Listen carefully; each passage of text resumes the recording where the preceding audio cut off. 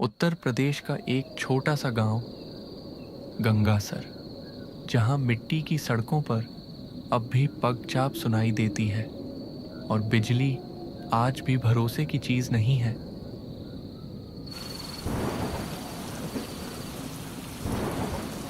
आज की रात औरों से अलग थी। पूरा गांव अंधेरे में डूबा था। बारिश थमने का नाम नहीं ले रही थी। लोग अपने अपने घरों में दिया और लालटेन जलाने लगे। और इसी अंधेरी बारिश में गांव के कोने में एक पुरानी झोपड़ी के नीचे 4 बच्चे जमा हैं। बच्चे गीले टीन की छत के नीचे सिमटे बैठे हैं। डर और उत्सुकता चेहरे पर है। बरसात अब बूंदों से तेज धार में बदल चुकी है। देखो ना, रोज का यही नाटक है। शाम होते ही लाइट चली जाती है और फिर रामबली चाचा आते हैं और उनकी डरावनी कहानी शुरू। पिछली बार वाली याद है? कुएं वाला पिशाच। उस रात मैं सच में टॉयलेट जाने से डर गया था। तुम सब डरपोक हो। वो सब चाचा के बनाए किस्से हैं। कोई भूत वूत नहीं होता इस दुनिया में।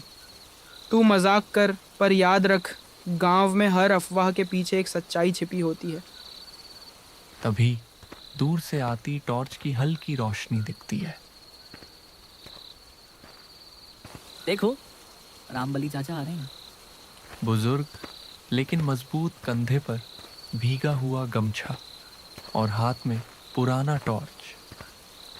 ये थे रामबली चाचा, गांव के सबसे बुजुर्ग डाकिया, जिनके पास हर गांव का किस्सा होता। उन्हें देखकर चारों बच्चे उठ खड़े हुए। नमस्ते चाचा, आज तो हम सोच रहे थे आप नहीं आएंगे। अरे बेटा, बरगद की छांव और तुम लोगों की बातें ना हो तो मेरी शाम अधूरी रह जाती है। आज कुछ नया सुनाइए ना, कुछ ऐसा जो आपने खुद अपनी आंखों से देखा हो। पर पक्का होना चाहिए चाचा। ये मत हो कि वो बस कोई सपना हो। चाचा मुस्कुराए, लेकिन उनकी आंखों में हल्का सा गंभीर भाव आ गया। वो धीरे से बैठ गए, दिए की लौ के पास चेहरा किया और बोले, बेटा, जो बात मैं आज बताने जा रहा हूं वो कोई कहानी नहीं। वो एक रात थी जब मैंने मौत को करीब से देखा। और अगर मैं उस रात एक गलत कदम बढ़ा देता तो आज तुमसे ये किस्सा सुनाने के लिए जिंदा ना होता। चारों बच्चे अब पूरी तरह चुप। बारिश की बूंदें अब भी छप्पर पर गिर रही थीं, लेकिन किसी की हिम्मत नहीं हुई कुछ कहने की। बारिश अब भी जारी है। चारों तरफ हल्का अंधेरा है। केवल दिए की टिमटिमाती लौ में सबके चेहरे किसी पुरानी तस्वीर की तरह दिख रहे हैं। चाचा की आवाज़ धीमी हो जाती है, पर असरदार। ये बात तब की है जब मैं 22 साल का था। जवान, जोश से भरपूर, डाकघर में नई नई नौकरी मिली थी। उन दिनों चिट्ठियों को लोगों तक पहुंचाने के लिए ट्रेन से शहर जाना पड़ता था।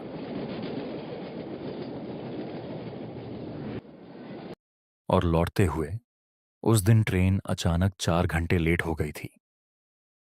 मुझे पता था अगली सुबह गांव में पुराने ठाकुर साहब का 13वीं संस्कार था और मेरी ड्यूटी थी कि उनके बेटे की सरकारी मनी ऑर्डर समय पर पहुंचे। इसीलिए चाहे जितनी भी रात हो गई हो, मुझे उसी रात गांव लौटना था। जब ट्रेन से उतरा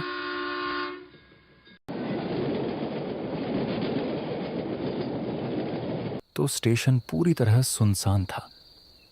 केवल एक पुराना चौकीदार जो खांसते हुए अपनी कुर्सी पर झुका बैठा था। इतनी रात गए कौन चलता है इस रास्ते से? उसने पूछा था। मैंने मुस्कुराकर जवाब दिया, डाक का काम है चाचा, रुक नहीं सकता। उसने धीरे से सिर हिलाया और बोला, तो ध्यान रखना बेटा, आज की रात कुछ अलग सी लग रही है। उस समय उसकी बात का मतलब नहीं समझा, लेकिन अब समझता हूं। जैसे ही स्टेशन से बाहर निकला हवा की रफ्तार तेज हो चुकी थी।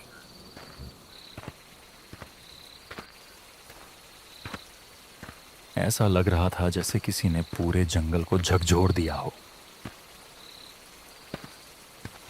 आसमान में बिजली बार बार कौंध रही थी और हर बार एक पल को दिन जैसा उजाला होता, फिर अंधेरा और गाढ़ा लगने लगता।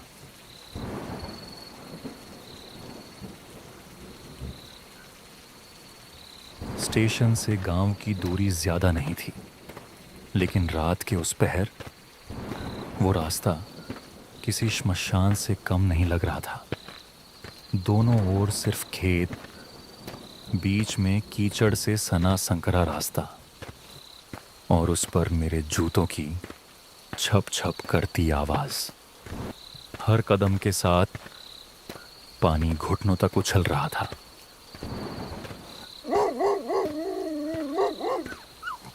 तभी कहीं दूर से कुत्तों के रोने की आवाज आई। वो आम भौंकने वाली नहीं, जैसे कोई दर्द में छटपटा रहा हो या कोई परछाई देख ली हो।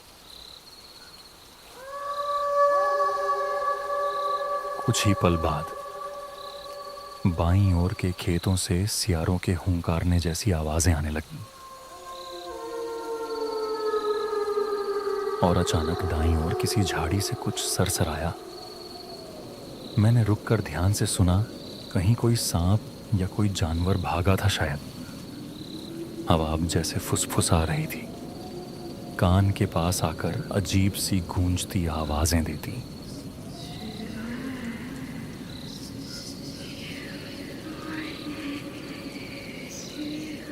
और मेरे भीतर अजीब घबराहट होने लगी, जैसे कोई मुझे देख रहा हो, लेकिन मैं उसे नहीं देख पा रहा था।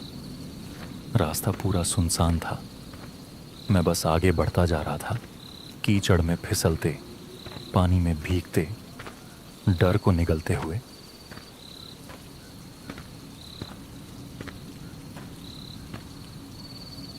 और तभी गांव से एक कोस पहले, उस मोड़ पर जहां पीपल का पुराना पेड़ है, मुझे एक साया दिखा।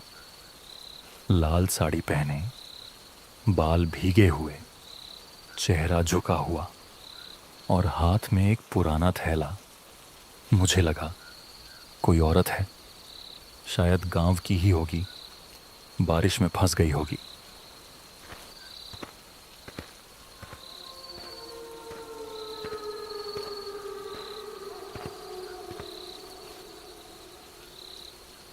मैंने पूछा, बहन जी कहाँ जा रही हैं इस बारिश में?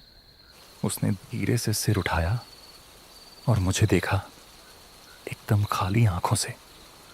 फिर बोली, आप कुटवा जा रहे हैं ना?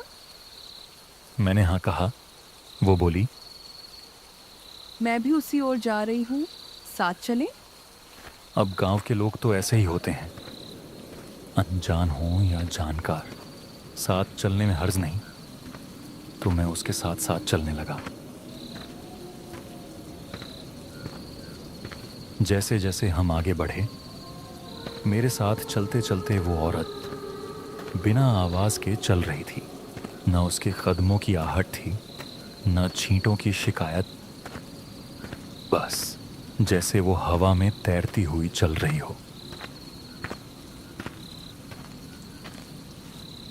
और फिर अचानक वो रुक गई। मैंने मुड़कर देखा तो वो पेड़ों की तरफ इशारा कर रही थी।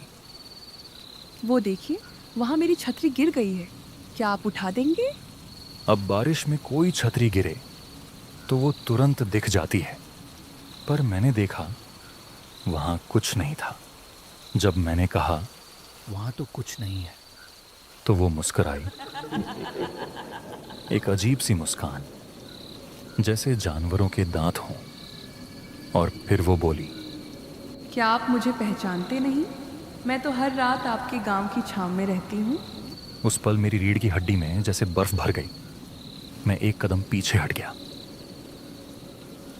और तभी एक बिजली चमकी और उस रोशनी में मैंने देखा वो औरत अब औरत नहीं थी।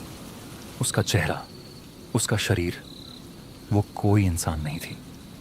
और मैं समझ गया, मैं जिसे अपनी ही समझकर साथ ला रहा था, वो छांव वाली औरत थी जो गांव में बरसों से लोगों को घेरती रही थी। और आज उसकी बारी मेरी थी। जब मैंने उसकी आंखों में देखा तो समझ गया ये औरत नहीं, कुछ और है।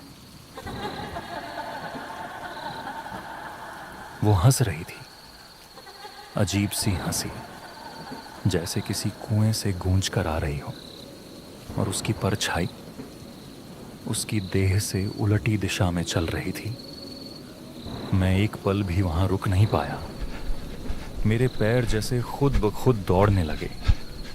पीछे मुड़कर देखा, वो औरत अब धीरे धीरे हवा में तैरती हुई मेरे पीछे चलने लगी थी।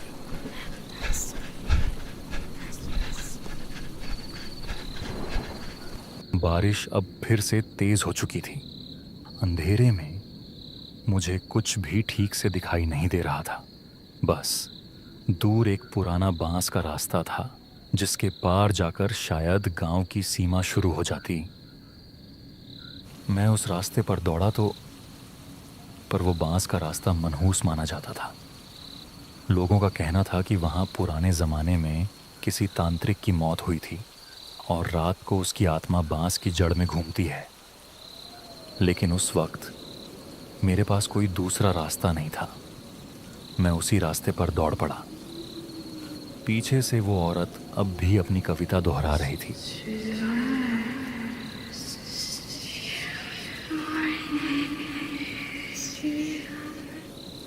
और उसकी आवाज कभी दाईं तरफ से आती, कभी बाईं तरफ से। कभी तो ऐसा लगा जैसे वो मेरे कानों के अंदर गा रही हो। दौड़ते दौड़ते बांस की फिसलन भरी जमीन पर मैं गिर पड़ा और जैसे ही गिरा वो परछाई मेरे सामने आ खड़ी हुई।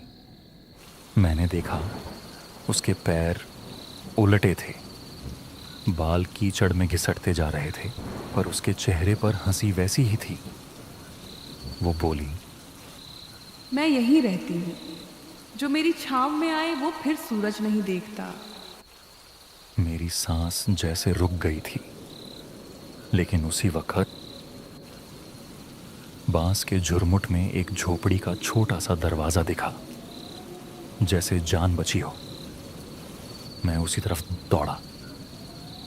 पीछे से वो चिल्लाई, वो दरवाज़ा तुझे बचा नहीं सकता। मैं उसकी देह में रहती हूँ। पर मैं भागा और झोपड़ी का दरवाजा जोर से बंद कर दिया। और पूरी रात मैं उस झोपड़ी में दुबका रहा। दरवाजे के बाहर लगातार बारिश की आवाज आती रही और कभी कभी वो कविता भी। लेकिन मैंने हिम्मत नहीं हारी। सुबह जब मैं उस झोपड़ी से बाहर निकला तो मेरी आंखें हैरानी से फैल गईं। वो जगह जो रात में बांसों से ढकी झोपड़ी लग रही थी, असल में वीरान खेत था।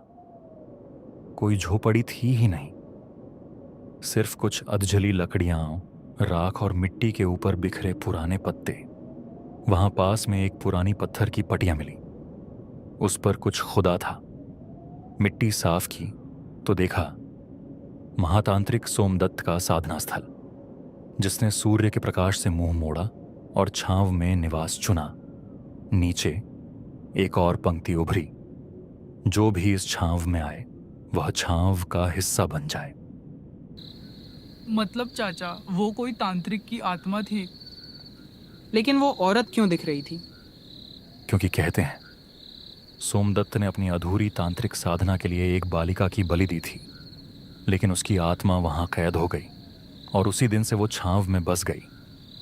वही बालिका जिसका साया उलटा था, जो कविता पढ़ती थी, वही छांव वाली आत्मा जिसकी आंखों में अब भी अधूरी मुक्ति की तलाश है, जो हर बार किसी राहगीर को अपनी छांव में लाकर उसकी देह में समाने की कोशिश करती है ताकि उसे मुक्ति मिल सके या कोई उसका स्थान ले ले।